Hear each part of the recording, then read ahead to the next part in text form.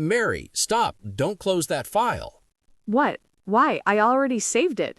No, look, you deleted the client data. The whole table is gone. Oh no, the presentation is in 20 minutes.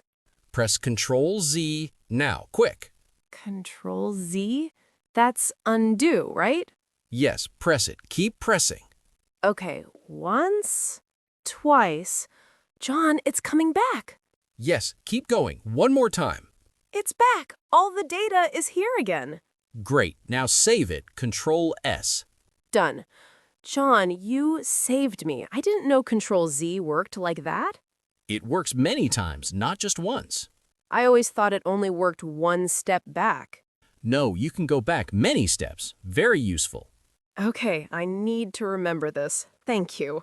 No problem. Go. The meeting starts soon. Right, let's go.